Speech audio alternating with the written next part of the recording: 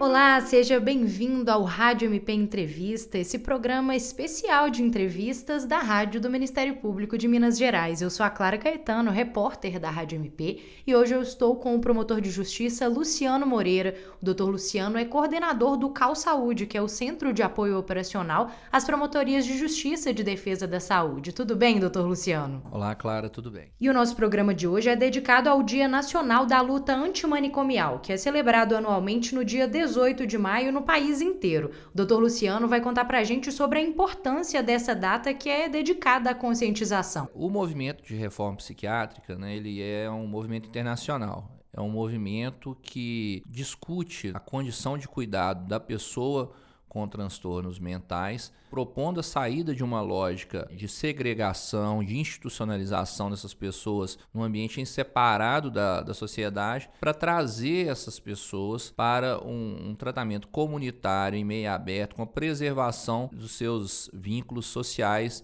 e familiares. A lógica da segregação, ela conduziu a graves violações de direitos, a organização de manicômios, estruturas enormes, sem a garantia de mínimos cuidados adequados, cuidados que sejam baseados na ciência, a exposição dessas pessoas a práticas extremamente desumanas e massificadoras. Nós temos registro, por exemplo, aqui em Minas Gerais, de leito-chão, que eram no Hospital Colônia de Barbacena, leitos em que a pessoa ficava no chão, com colchões que eram feitos com capim, então sem o mínimo de dignidade. A reforma psiquiátrica, ela propõe a revisão desse modelo. Um expoente da reforma psiquiátrica é o italiano Franco Basaglia, que teve iniciativas nessa linha e que influenciou muito o movimento brasileiro. O movimento brasileiro é um movimento que envolve trabalhadores da saúde mental, usuários, familiares, a própria academia, exatamente denunciando práticas de segregação, de violação de direitos muito graves e propondo, então, o fechamento de algumas dessas instituições pelas graves violações de direitos que nós tivemos. Eu cito como referência o documentário Em Nome da Razão, do Elvésio Raton, o livro Nos Porões da Loucura, do Irã Barbosa, que traz uma série de matérias que ele fez à época como repórter do Estado de Minas, ambos são sobre o Hospital Colônia de Barbacena, e mais recentemente o livro que depois virou documentário da HBO, Holocausto Brasileiro, da jornalista Daniela Arbex. Você trouxe o caso de Barbacena, que é um caso de Minas muito emblemático. A gente já queria trazer isso para falarmos sobre. Como que você entende que isso marcou o Estado em relação à luta antimanicomial? A situação de Barbacena, ela se tornou um ícone, um ícone daquilo que não pode ser feito com nenhuma pessoa. E ela, então, inspirou ou legitimou um movimento de questionamento daquelas práticas e obrigou o Estado a se reorganizar, a buscar alternativas de tratamento, sim, mas tratamento baseado em evidências científicas e tratamento com dignidade. É um caso que nós precisamos lembrar sempre, precisamos denunciar para que ele permaneça em nossas memórias e para que nunca mais aconteçam situações como aquela. E falando sobre essa institucionalização das pessoas, a gente tem critérios muito claros do que aconteceu nesses casos extremos de tortura que qualquer pessoa rejeitaria e entenderia como errados hoje em dia. Mas em relação à internação, há algumas controvérsias nessas discussões mais populares que a gente encontra por aí. Qual que é a ideia que a gente tem na academia e no Ministério Público hoje em dia sobre o ideal tratamento para essas pessoas? Bom, nós temos aí um terreno que tem algumas controvérsias. O que eu poderia começar dizendo, me pautando pela legislação, nós tivemos aqui em Minas Gerais a Lei Carlão de 95 e em âmbito nacional a Lei 10.216 de 2001, que prevê o seguinte: primeiro, deve-se garantir à pessoa com transtornos mentais todos os direitos fundamentais relacionados a um tratamento com dignidade. Ela não deve, de forma alguma, ser submetido a tratamento em instituições com características asilares, que são aquelas que não possuem cuidados sanitários adequados. Em segundo lugar, a ênfase é no tratamento ambulatorial em meio aberto, preservando os vínculos sociais e familiares das pessoas. Nós estamos falando de uma condição de saúde que é o transtorno mental, que muitas vezes se prolonga no tempo, né? Um autor, um sanitarista aqui de Minas Gerais, Eugênio Vilaça, ele chama de uma condição crônica e, portanto, pode haver momentos em que essa condição, ainda que a pessoa tenha acesso a serviços e a medicação e outras formas de tratamento multidisciplinar, ela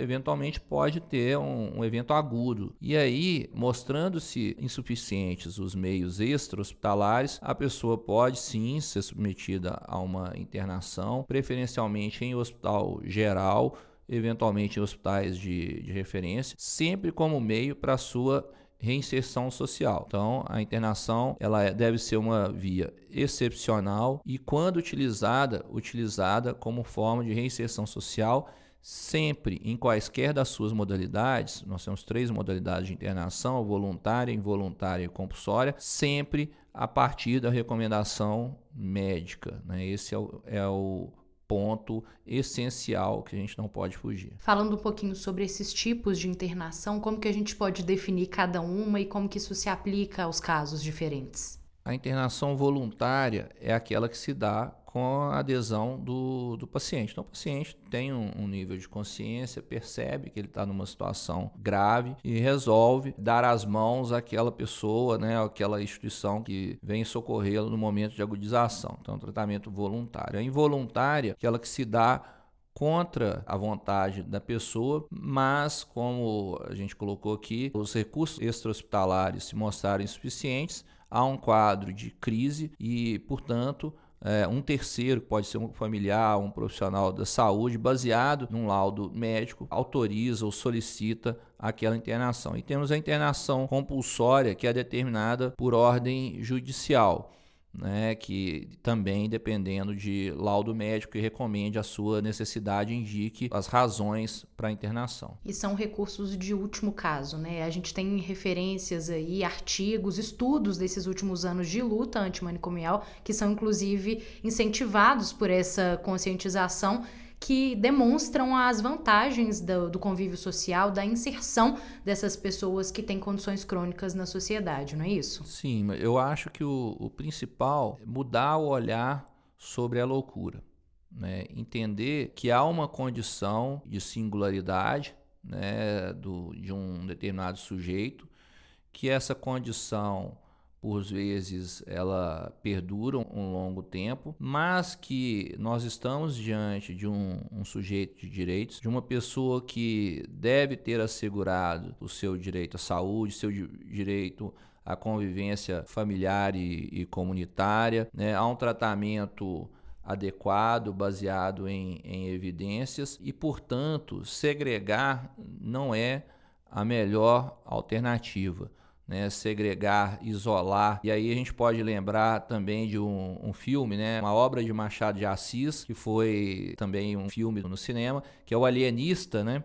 Se nós partimos do pressuposto que qualquer traço de diferença, né, numa sociedade plural como a nossa, ele pode ser tratado como loucura e eu tenho que segregar, nós podemos nos ver na condição do Simão Bacamarte, né, de colocar toda a cidade no manicômio e só permanecemos nós do lado de fora e depois nos questionar, bom, quem será então que é o normal, né? Eu acho que é isso, é rever o olhar e garantir que nós, dentro de uma sociedade plural, nós possamos conviver com as diferenças e tratar todas as pessoas com dignidade. Tem uma questão aí bem colocada por você, inclusive da individualidade, que às vezes não é contemplada nesse tipo de tratamento. E tanto, na verdade, de diferentes condições mentais que foram tratadas no passado de uma mesma forma e hoje já tem tratamentos e estudos específicos sobre cada uma, quanto em relação à individualidade. Às vezes, duas pessoas que têm uma mesma condição de saúde mental vão responder de forma diferente a vários tratamentos, né? Dentro da sua pergunta, Clara, eu queria destacar o seguinte: partindo da própria legislação e das orientações do Ministério da Saúde, nós temos uma rede de atenção psicossocial, a RAPS, que deve dar conta da integralidade do tratamento das pessoas. Então, desde a atenção primária, passando as especialidades, né, que são normalmente tratadas no Centro de Atenção Psicossocial, os CAPs, aqui em Belo Horizonte chamados de CERSANs, a atenção hospitalar quando necessário, mas esse tratamento deve ser conduzido por meio de um projeto terapêutico singular. Então, cada sujeito, dentro da sua individualidade, deve ser ouvido, escutado e ter as suas necessidades atendidas dentro de um projeto que vai sendo reavaliado, que vai propondo as diversas terapias de uma equipe multidisciplinar para atender as diversas necessidades de cada um, segundo, né, aquilo que é necessário para cada indivíduo. E como que entra o Estado? Quais que são as responsabilidades a serem ali, né, entregues aos cidadãos do Estado formalmente, né, no nosso caso Minas Gerais, e dos municípios? Quem que é responsável pelo quê nesse caso? Bom, nós temos o Sistema Único de Saúde, o SUS, né, que é um sistema universal que atende a todos, integral, ou seja, deve atender todas as necessidades das pessoas dentro da política pública e gratuito. Dentro desse Sistema Único de Saúde existe a rede de atenção psicossocial, que é esse conjunto de serviços voltados para atender as necessidades em saúde mental da população. E aí, como eu disse, vai da atenção primária à alta complexidade. A atenção primária são aqueles serviços que vão atender as principais necessidades da população e eles têm que estar presentes em todos os municípios. As principais necessidades incluem também as necessidades de saúde mental. Então nós temos transtornos mentais leves a moderados, municípios de pequeno porte que não têm um CAPS implantado, que vão no dia a dia lidar com a sua população. Às vezes, mesmo uma pessoa que tem um transtorno moderado a grave, estando estabilizado, nós podemos ter o matriciamento, que é uma espécie de orientação de um CAPS, de um centro de média complexidade, né, de uma especialidade, sobre aquela equipe de atenção primária, que vai acompanhar aquele indivíduo, aquele sujeito. Então, a atenção primária tem que estar presente em todos os municípios, de Belo Horizonte à Serra da Saudade. A média complexidade, a atenção especializada dentro da RAPS, ela é protagonizada principalmente pelos Centros de Atenção Psicossocial, os CAPs. E aí nós temos diversas modalidades, temos o CAPS aberto a todas as especialidades, temos o CAPS voltado para a população infantil, infanto-juvenil, o CAPS AD, que é voltado para a população que tem necessidade de álcool e drogas. Esses serviços, eles vão estar em municípios de maior porte. O Ministério da Saúde tem critérios populacionais para que esses serviços sejam abertos, mas o município de pequeno porte, não tendo no seu território, ele deve pactuar e encaminhar os usuários com essa necessidade para o município de maior porte. Então, alguns CAPs podem ter uma abrangência regional ou atender população referenciada. E a atenção hospitalar, ela normalmente está nos municípios de maior porte. Nós temos a previsão de leitos de retaguarda em saúde mental nos hospitais gerais e ainda alguns hospitais de referência. O custeio desses leitos psiquiátricos, ele se dá em grande parte com recursos da União, sendo que também a política hospitalar Valora Minas, aqui de Minas Gerais, tem um incentivo para esse tipo de leito. Eu diria para o cidadão que está nos ouvindo, para simplificar, a porta de entrada do Sistema Único de Saúde, preferencialmente, é a atenção primária à saúde, inclusive para as pessoas com transtornos mentais, sendo que um serviço essencial também para atender essa população são os centros de atenção psicossocial e os CERSANs, aqui em Belo Horizonte, inclusive os CERSANs e em vários municípios também, os CAPs, atendem demandas de urgência e emergência, então daquela população em crise. A atenção primária, ela é a porta de entrada e ela é a coordenadora do cuidado. Ela pode lidar com saúde mental, né? Em muitos casos ela pode lidar. Naqueles que ela não tiver competência, que sejam casos complexos, mais graves, ela vai fazer a referência, né, para o CAPS ou para o CERSANs, aqui no caso de Belo Horizonte, mas nem por isso deixará de acompanhar aquele paciente, que aquele paciente da saúde mental continua vivendo no território, continua também tendo outras necessidades para além da saúde mental. E como que entra o Ministério Público nessa história, fiscalizando, organizando essas demandas? Bom, o Ministério Público, né, ele é uma porta de acesso à justiça, né? Então, o cidadão que não conseguiu ter sua necessidade, seu direito fundamental à saúde contemplado, ele vai procurar o Ministério Público como uma instituição de controle da administração pública e efetivadora de direitos fundamentais. O que eu penso que é essencial para os colegas é entenderem que nós estamos inseridos dentro de uma política pública e no contexto de cuidado de saúde mental revisado, né, fora da lógica manicomial, da lógica segregacionista. E aí cabe a nós, como a legislação estabelece, atender o povo e buscar a efetivação dos direitos, principalmente ou prioritariamente por meio da política pública, que é a rede de atenção psicossocial. Então, o que eu orientaria meus colegas é sempre, recebida a demanda, buscar o contato com a rede, com a atenção primária, com o CESAMS, verificar se o paciente já é atendido por um CAPS, por um CESAM. Ainda, e é muito comum chegar na promotoria uma demanda por internação, tentar dialogar com a rede, verificar se a rede pode acolher aquele paciente, dar vazão ao tratamento dele de forma extrajudicial. E isso não sendo possível, eu entendo que o fundamental é empoderar essa rede, porque a internação como um recurso terapêutico, ela pode ser solicitada pelo profissional da RAPS. Então a gente precisa tirar esse protagonismo da justiça, né, da ideia de internação compulsória, do promotor, do juiz, do defensor público, do advogado, como protagonistas disso, e entregar o serviço. O serviço de saúde mental precisa se empoderar, né, utilizar as técnicas que estão disponíveis, farmacológicas, não farmacológicas, para cuidar do usuário, inclusive na crise. E aí, havendo uma necessidade de internação, por meio aqui em Minas Gerais do cadastro desse paciente no SUS Fácil, né, ele deve ser atendido nas portas de urgência e emergência, nos casos de crise. Então, o SAMU, unidade de pronto atendimento, os profissionais de saúde têm competência, têm qualificação para fazer a contenção e o manejo da crise. E penso que o papel do Ministério Público num contexto de crise é muito mais buscar a disponibilidade de leito, quando não existente, do que pleitear a internação por si só, que a internação ela pode ser feita de forma involuntária. E mais, cuidar para que aquele paciente tenha um cuidado continuado e não fique só, muitas vezes, na internação, que é o que, às vezes, a família mal orientada deseja, né? Colocar o paciente numa instituição e mantê-lo lá isolado. Então, é preciso que o membro do Ministério Público esteja inserido nesse contexto, tome consciência desse contexto para poder agir conforme a reforma psiquiátrica, conforme que a legislação propõe. E falando sobre esse cadastro, né, do SUS Fácil, qual que é a importância de ter esses pacientes cadastrados para o atendimento médico? A regulação, ela é extremamente importante, né? A regulação assistencial que contempla, né, a regulação do acesso, que é dentro de um universo de recursos que a gente tem disponível,